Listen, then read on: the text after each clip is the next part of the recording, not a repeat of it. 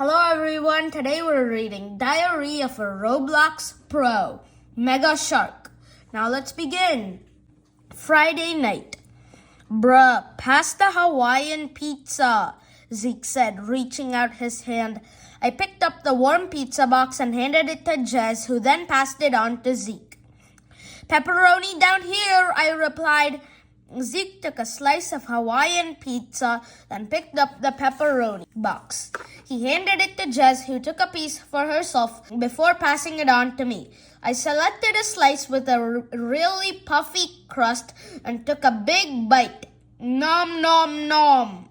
We were at my place, sitting on the living room floor and using Mom's coffee table to eat off. My best avatars, Zeke and Jez, had come over for Friday night pizza and a movie. So what are we watching tonight? Jez asked between mouthfuls. I pulled up our options on the television and highlighted one of them. I was thinking this one, I said, giving them a mischievous smile. Epic, Jez and Zeke said at the same time. We'd made a habit of having regular Friday night pizza and movie nights, and we always like to choose something a bit scary. 2 weeks ago, we'd watched the zombie movie at Zeke's place, but tonight we were watching The Hunt. The Hunt, now showing. I jumped up and dimmed the lights. Then I selected the movie and the opening scene began with a shot deep within a dark ocean. The music was quiet and low. I could tell already that this was going to be a creepy movie. The camera came up out of the water to pan across the surface of the sea, and a silver fin cut through the water with deadly speed. The scene changed. We watched as if we were under the sea looking up at the surface. Suddenly, a figure swam across the screen. It was clearly a person out for a leisurely swim in the ocean.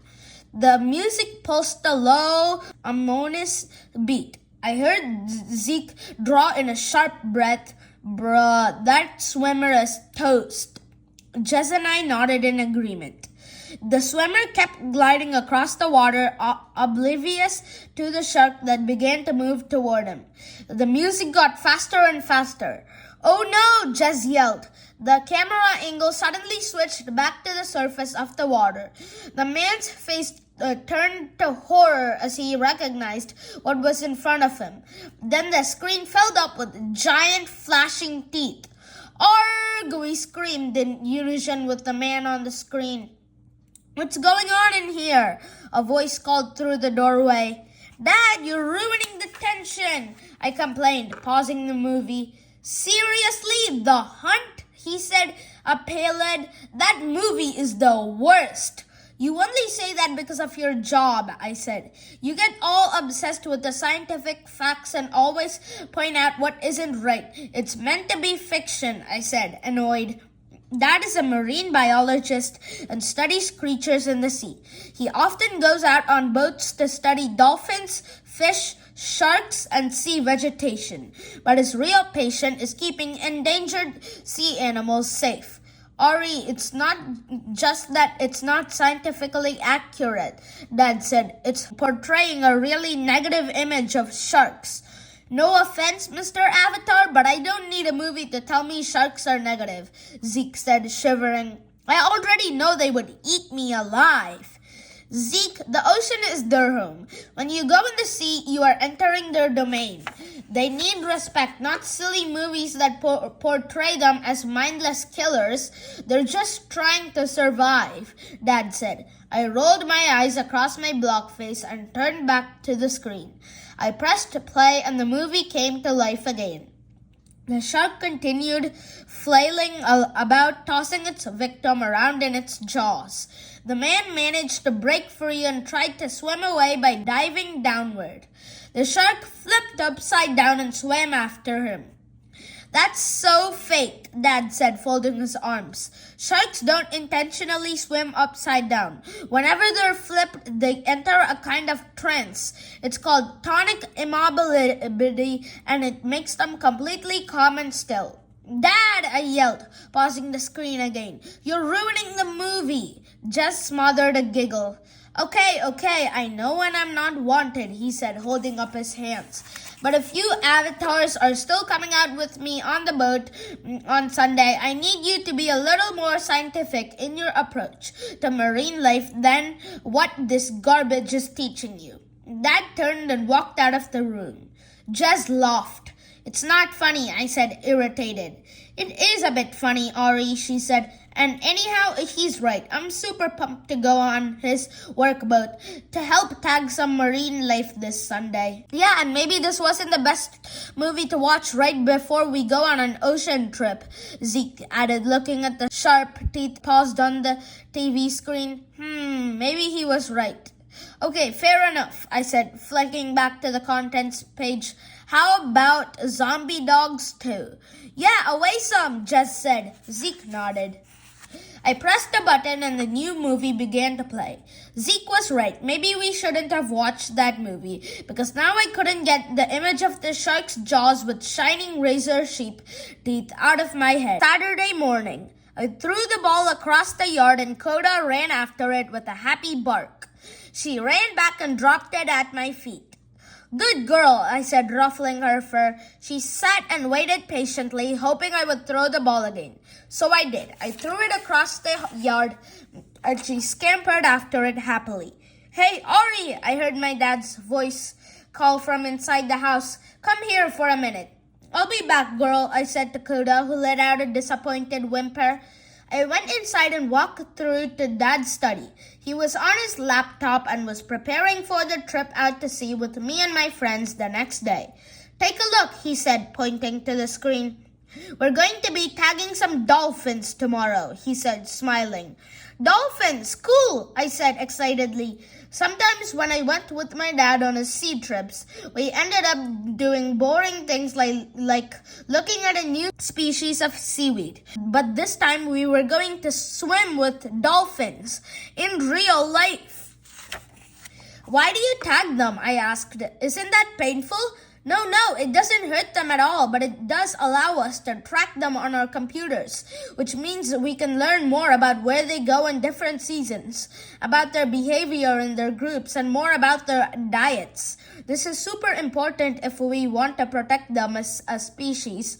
I nodded. But this is the fun bit, he said with a smile. There's a theory that dolphins are attracted to particular sounds. So we've been experimenting with how they respond to different musical instruments. If we can find a specific pitch that attracts them, we can use it to herd them into safer zones if they are in danger.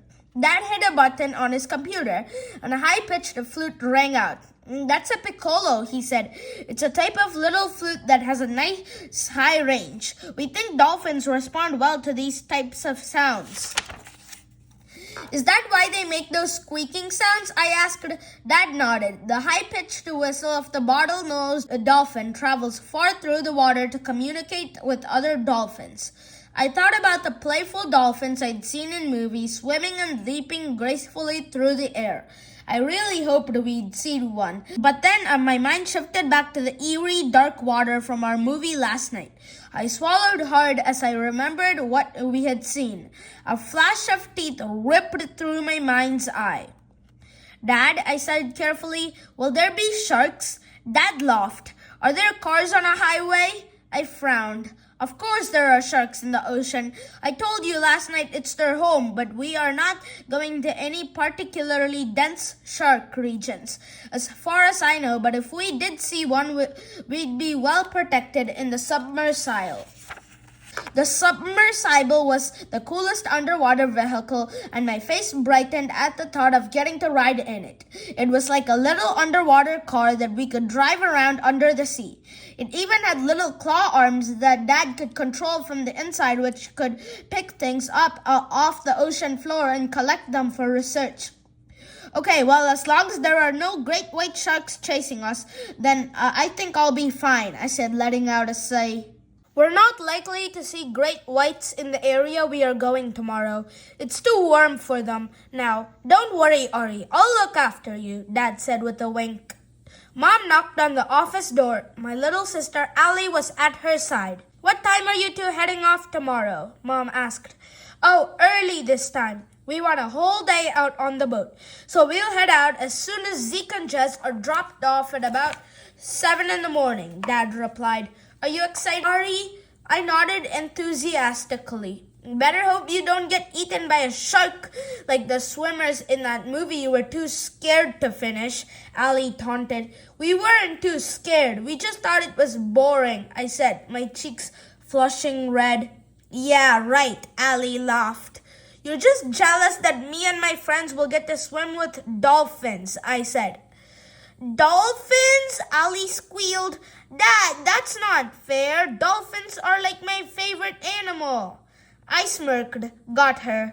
Come on, Ali, Mom said, guiding my little sister away. It's Ari's turn this time. How about we call your friends and do a picnic in the yard tomorrow? We can make cupcakes.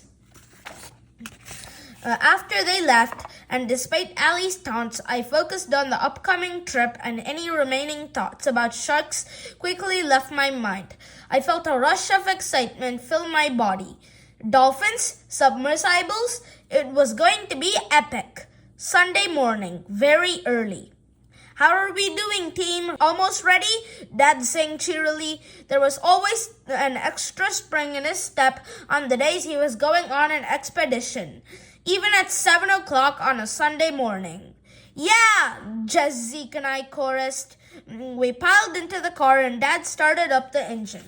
It wasn't too far a drive to the marina where Dad's expedition team would be waiting to help us get all our gear for the trip. We drove along the highway listening to Dad's special created playlist, which involved every song known to avatars with the words water, sea, or ocean in its title. After a short while, we exited the highway and took a long, winding road that descended down to the coastline. I can see the ocean, Jess declared.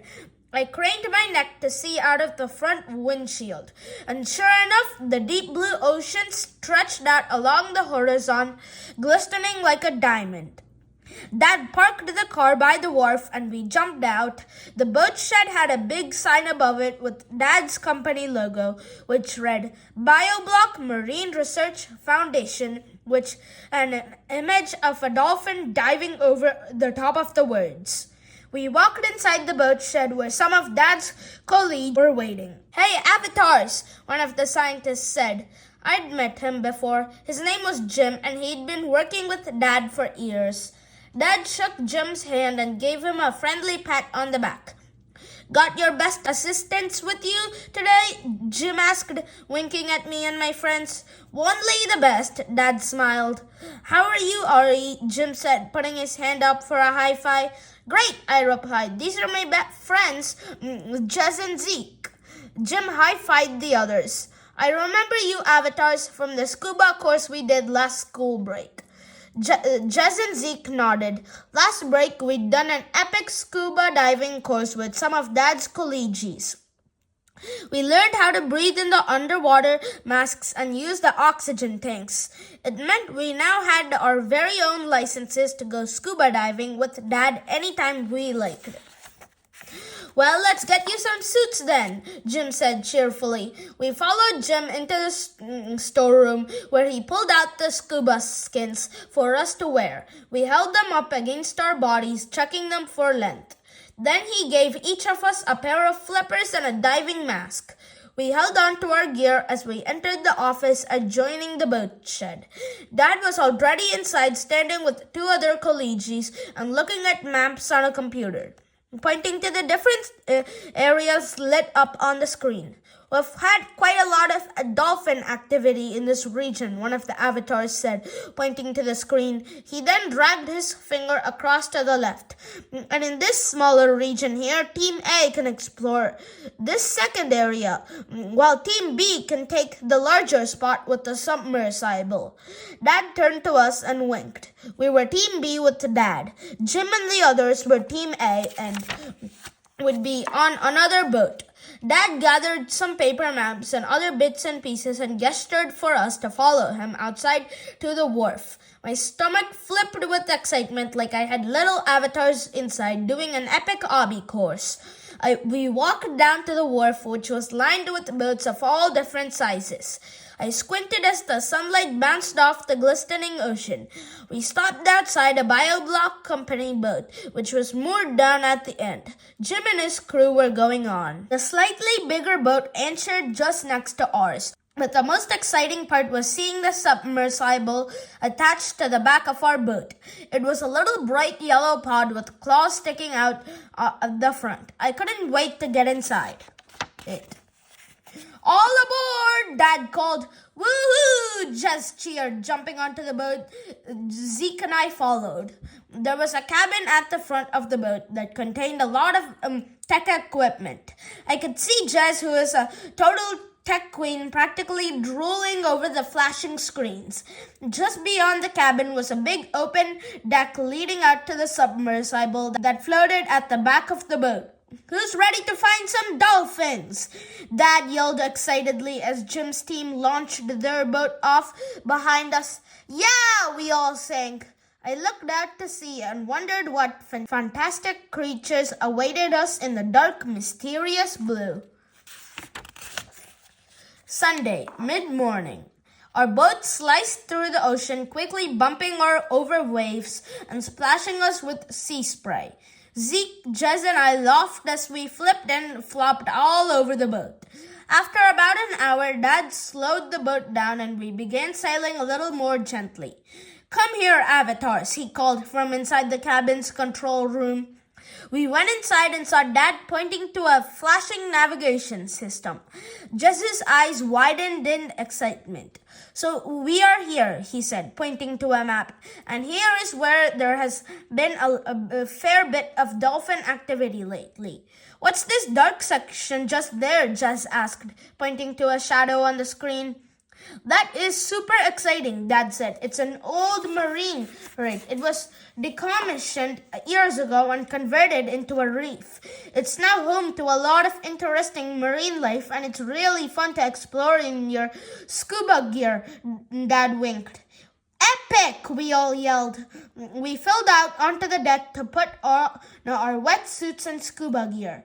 Once our suits were on and Dad had set up our oxygen tanks, we were ready to go. He ran through the safety rules and the hand signals we could make to one another to communicate. Going to use these speakers to try and attract the dolphins, Dad said, pointing to his computer in the control room. You avatars can go down to explore for a bit while I stay up here to test the different frequencies to attract the dolphins. You each have an underwater camera on you, so I'll be able to see you the whole time. Are the dolphins tame? Zeke asked, looking a little concerned. No, they're not tame, Zeke, Dad answered. They're wild animals, and we need to respect them, but they are generally very friendly and playful, and I think you are going to enjoy meeting them. I've swum with a few pods around here, and they love the researchers. We put on our breathing masks and sat on the edge of the boat. Then on Dad's command, we all leaned backward and plopped into the ocean. The three of us dove down, gently kicking our flippers to propel us along. Zeke made a noise and pointed straight ahead. It was the sunken marine rig. We swam over excitedly as the underwater playground came into view. It was a mass of rusted metal covered in barnacles and coral. I beckoned the others to follow me as we swam through one of the old door openings. It was dark and eerie inside the rig. There were corridors and openings all around us. It was like swimming through a maze. I wouldn't want to get lost down here. We rounded a corner and entered what looked like an old control center. Colorful fish circled above the control panel, but they quickly scattered when Jess swam over to push some buttons. The panel remained dark. Suddenly, I heard a high-pitched ringing. It sounded like the trill of a musical instrument. It must have been Dad testing sounds to see what would attract the dolphins. I gestured for the others to follow me out of the rig. It was beginning to creep me out. We exited the sunken wreck and looked around. It was brighter outside the rig, and we could see all kinds of marine life bustling around us. Jess wildly gestured, and I followed her gaze to see a ginormous fish swimming by. A dark shadow shifted on the seafloor, and I startled. It was a stingray. It rose from the bottom of the sea to gracefully glide past us, its long stinger following behind it like a tail. We all looked at one another with wide eyes. This was so cool. Suddenly, Zeke looked behind me with an expression of alarm. His eyes were wide as he pointed, gesturing for me to turn around. There was something behind me. I could feel it approaching, so I turned, gasping in surprise. Ah! Sunday, a bit later. Dolphins! I exclaimed, my voice muffled by my breathing mask. A pod of 5 beautiful dolphins came speeding toward us. They swam around us in circles, then accelerated to the surface of the water toward the speaker on the boat. So they are attracted to that sound. Dad would be stoked. The dolphins came back down, curious about their avatar visitors. One of them swam right up to me and pushed its body against me like a cat against the leg of its owner. I gently extended my hand and it swam its body along the palm of my hand. It was smooth and soft. I turned to see Zeke reach out to touch another dolphin on its nose. He then swam away and the dolphin followed. The dolphin eventually caught up to Zeke and nudged him back with its nose. They were playing tag. Zeke swam around to try and tag the dolphin back, but the dolphin was much too fast for him. A smaller dolphin swam beneath Jez and corkscrewed up toward the surface. We saw it break the surface of the water and do a massive flip before crashing back into the sea. Dad would have loved seeing that from the boat. When the dolphins had finished playing, they grouped together and then sped off into the distance. I signaled to Jez and Zeke that it was time to go back to the surface. We swam up slowly, being careful not to ascend too fast as it could be dangerous. We broke through the surface of the water and pulled our mouthpieces out. That was so epic, Jez yelled. Did you see that dolphin flip? Obby dolphin. Did you see me playing tag with that dolphin? He totally knew how to play, Zeke laughed. I can't believe I actually touched the dolphin, I joined in joyfully. Well, that was quite an awesome experience, wasn't it? Dad called from the boat. I saw it all on your underwater cameras. I think you've made some new ocean friends. We couldn't stop smiling as Dad helped us back onto the boat. We pulled off our wetsuits and flopped onto the deck, exhausted. I hope you're not too tired, Dad said. Let's have a bite to eat and dry out your wetsuits before we do the next thing on our list. Which is? Zeke asked. Dad smiled brightly and nodded toward the back of the boat. The submersible. Sunday, after lunch. After lunch, the sun dipped behind some gray clouds. Dad looked out to the horizon and frowned. Then he walked into the cabin's control room to look at the radars. Some unexpected weather on the way, he said. We should probably get into the submersible soon. There's a storm coming later, and we want to make sure we're back to shore by then. Dad walked out of the cabin to get the submersible ready. We were about to follow when Jess leaned toward one of the other radars. I wonder what that big shadow is, she said, pointing. I squinted at the screen, but I couldn't see anything. Only Jess seemed to be able to read the radars. To me, it was just a bunch of blinking shapes. There, she pointed again at the lights on the screen. Sunken wreckage stuff, Zeke said, shrugging. But it's moving, she said, leaning in. Dolphins? I asked.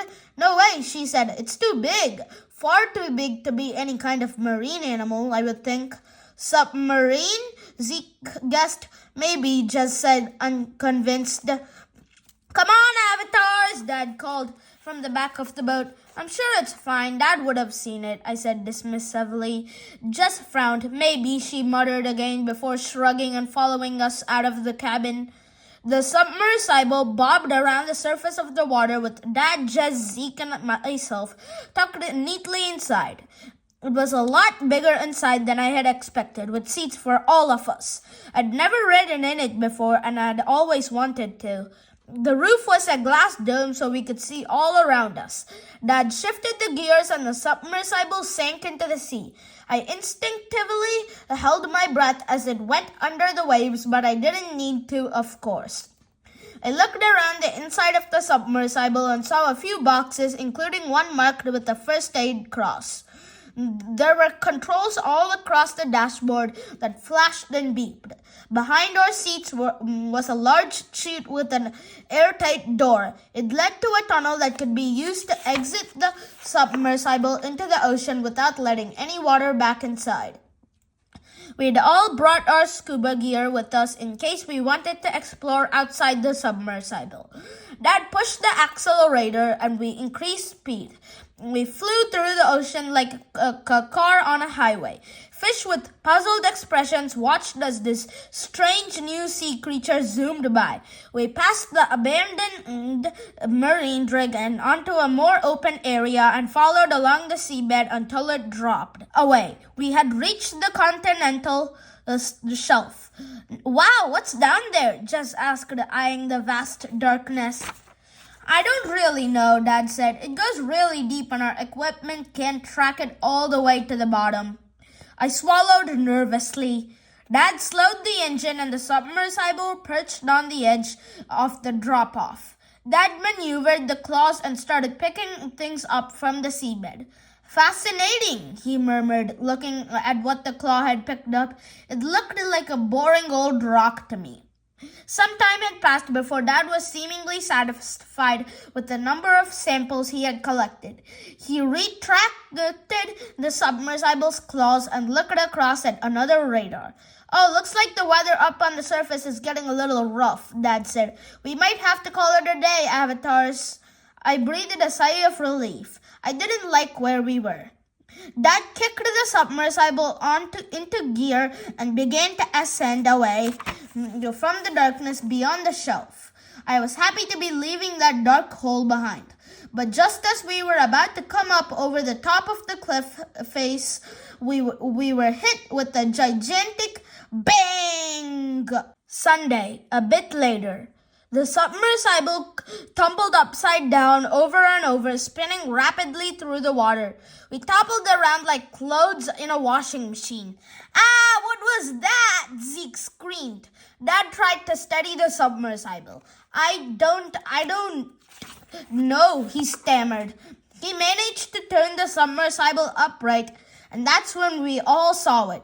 We were face to face with the biggest shark I had ever seen, even bigger than the shark in our movie the other night. And it was racing toward us with its mouth wide open.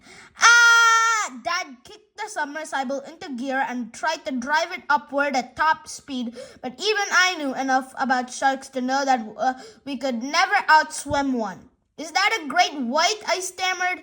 "Possibly, but it's not like any I've ever seen before," Dad said breathlessly. "It's much closer to the extinct sharks of prehistoric times." "That's a dino shark!" Zeke screamed. "I don't know," Dad said, "but I do know we won't get away by driving straight. I'm going to need to move us around a lot. She's big, so I don't think she'll be able to swim in sharp movements as well as a normal-sized shark could. Everyone strap in." We secured our seatbelts and Dad began moving the submersible from left to right in sharp, confusing movements. I watched the shark from the back of the dome. She was following us with speed, but every time we took a sharp turn, she had to stop mid-swim to turn. Dad was right. Her body wasn't as nimble as the dolphins we'd played with earlier. "Come on, Dad, get us back to the boat," I pleaded, my voice shaking. "I'm doing my best, avatars," he said. "I'll keep you safe." "She's gaining on us," Jess said nervously. I looked behind again, and the shark seemed to anticipate our moves. She accelerated and came toward us at lightning speed. I looked straight into her cold black eyes. "Dad!" I yelled. The shark's mouth was shut, but she wasn't slowing us. "She's going to ram us again," Zeke yelled. "Brace yourselves," Dad warned. And then, bang! The submersible tumbled through the ocean again like a ball in a pinball machine. The lights on the dashboard flashed and beeped, then suddenly went silent. The submersible slowly sank to the ocean floor, rolling along the sand until it came to a stop. I touched the hand to my head where it was pulsing with pain. I must have bumped it somewhere along the way. Is everyone okay? I croaked. Yeah, Jess and Zeke said in ragged breaths. What about you, Dad? I called out. Dad? I undid my seatbelt and leaped over to my dad. His eyes were shut. He sat slumped in his seat. Dad! Jess and Zeke bolted over to help. Jess felt Dad's pulse and checked his breathing. Zeke pointed to a lump on his head. He's unconscious, but he's breathing okay, Jess said. He needs to get to a hospital, I yelled desperately. Yes, he does, Jess agreed. Let's move him to the seats at the back. We can lay him down and secure him in the seat with the belt. We awkwardly moved Dad across in the submersible and strapped him into the back seat. I'll keep an eye on him, I said with tears in my eye. Ori, he'll be okay, Jess promised, squeezing my hand. I really hoped she was right.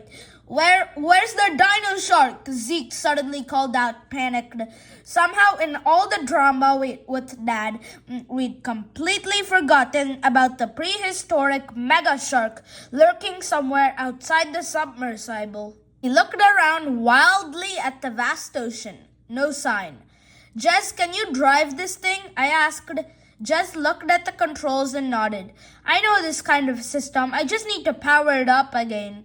She hit some keys, but the dashboard remained dark. I think it has lost power, she said. Lost power, but we need it to work so we can get back to the boat. I need to get Dad to a doctor, I cried. And there's a killer shark on the loose out there, Zeke added. What are we going to do? Okay, think, Jess said, tapping her head. I can see the marine rig in the distance over there, she said, pointing through the dark ocean. So at least we know where we are. The boat wasn't too far from there. We might have to swim back and radio for help. Ah, Jess, Zeke cried. Do I need to remind you again about the gigantic shark that wants to eat us? What other choice do we have? Jess yelled. The back. Guys, stop yelling, I said, panting. Jess is right. One of us needs to get to the boat, and it's my dad who needs help, so... Ori, no, you can't. It's way too dangerous, Zeke interrupted. No, I said, shaking my head. My dad needs me. I crawled over to where we kept the scuba gear. I'm going out there. Even later. Okay, I'm ready. I tried to make my voice sound steady. Zeke checked over my scuba equipment a second time just to make sure everything was right. I think your best bet is to swim for the marine rig, Jess said. That will offer you the best protection. That shark is so big that she shouldn't be able to fit in there. The swim to the boat from the rig should be quick. I nodded as I pulled my scuba mask over my face. I waddled over to the exit hatch in my flippers, stumbling along the way. Are you sure about this, Ari? Zeke said quietly as I readied myself to open the hatch. I nodded firmly. My friends were depending on me. My dad was depending on me, maybe even for his life. I nodded over in his direction. Just keep an eye on my dad, will you? Check his pulse and breathing and make sure he's okay. We will, Jess promised, pulling me into a hug. I turned and hit the button to open the hatch. It was like I had entered an elevator. The door closed quietly and I stood there in silence while I waited for the hatch to pull me out into the sea. The tunnel opened and I was sucked through the hatch and spat out into the ocean through a one-way flap. As water rushed in around me, the ocean seemed darker than it was before. The water also seemed to heave and pulse.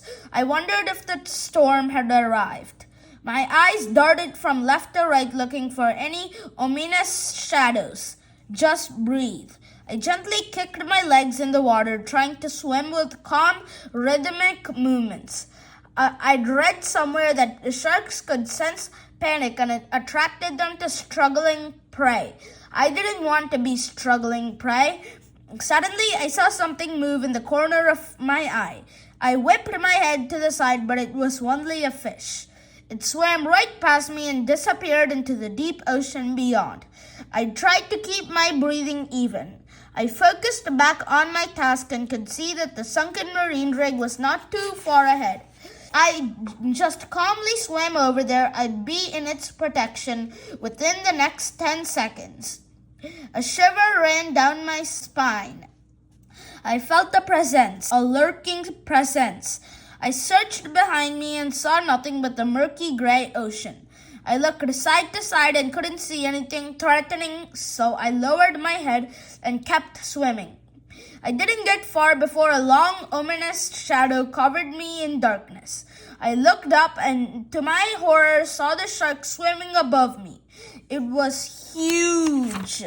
I had to get to the rig. I started to swim faster and faster. I didn't want to, but I was beginning to panic. My heart thundered in my chest and my legs flailed about in desperate kicks. The shadow above me suddenly disappeared, so I braved a look. The shark was gone. I searched around me, but she was nowhere. Nothing here but an empty, murky ocean. This isn't good. I was so close to the rig. I could almost touch it, but an almighty whoosh echoed in my ears as I suddenly tumbled through the water. The shark had launched herself at me from behind, but I had moved just in time. The force of her huge body moving past me so quickly had sent me spinning. She now floated between me and the safety of the rig, her gigantic tail slapping against the opening to the rig's corridors. I had to get around her.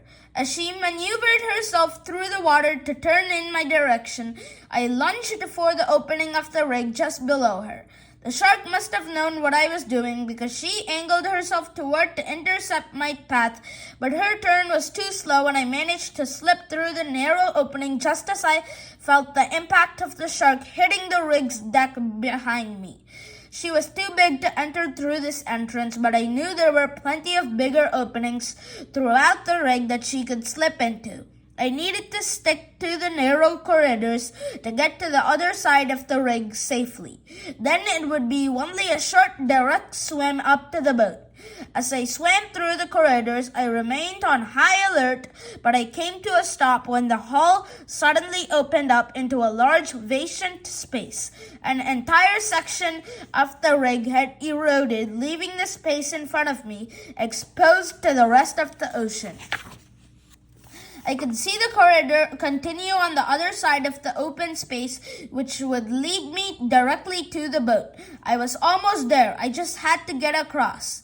I gulped. Looking left and right, I swam out into the open. There were pieces of old equipment that lay decaying in the seabed cemetery of the rig. A massive industrial fan, a control switchboard, and a series of pipes and tanks ran along the remaining walls. I swam slowly. I just needed to stay undetected, but my stomach dropped as the looming dark shadow returned. The enormous shark was hurtling toward me like an underwater missile. Her jaws were wide open. Monday afternoon, later still, I screamed, creating an explosion of bubbles from my mask. As the shark approached, I did a backward somersault, kicking my flippers with all my might. She narrowly missed me, and her momentum sent her colliding with the huge fan. All she had to do now was turn around, and I would be a goner. I'd never made it to the other side of the rig. This was it. I was doomed. I closed my eyes and waited for the jaws of the shark to clamp down on me, but nothing happened. I opened one eye and saw the shark struggling in the water. Her tail fins were caught between the blades of the fan. She thrashed about, but I knew it wouldn't hold her for long. I winced, but as the shark writhed, a thought flashed into my head. I remembered what Dad said on Friday night about the shark in our movie. It was something about sharks going into a trance when upside down. What was it called? Tonic immobility? I looked around. Just to the left of the fan was a switchboard with a giant lever. A small red light flashed against the darkness. It still had power. Bingo! Swimming over to the struggling shark, I pulled the lever down hard and the fan began to slowly rotate. As it spun, the shark flipped over onto her back. I then quickly stopped the fan by pushing the lever back up, trapping her upside down. As if by magic, her thrashing slowed and she calmed. She floated hypnotized. This was my chance to escape. I swam as fast as I could over to the other side of the rig, through the remaining corridor, and then up to the surface of the water. As I broke the surface, I was shocked to see big swelling waves pulsing up and down. Rain pelted down from the blackened skies. The storm had arrived. But the worst part was what was in front of me, or what wasn't in front of me, to be precise. The boat was gone. Sunday afternoon, even later. No! I screamed into the sky, but my cries were muffled by the thundering of the storm. Where was the boat? I realized that the huge waves must have pushed the boat away. We were stranded. There was no boat, no radio, and no help, and I was pretty sure the mega shark would break free from the fan soon and I would be prey once again. Dad's team members were sure to have figured out that we were missing, but how long would it take them to find us? And in the meantime, I was going to be bobbing around the ocean like fresh bait on a hook. I had to get back to the submersible. Diving back down, I re-entered the rig and swam carefully through the center.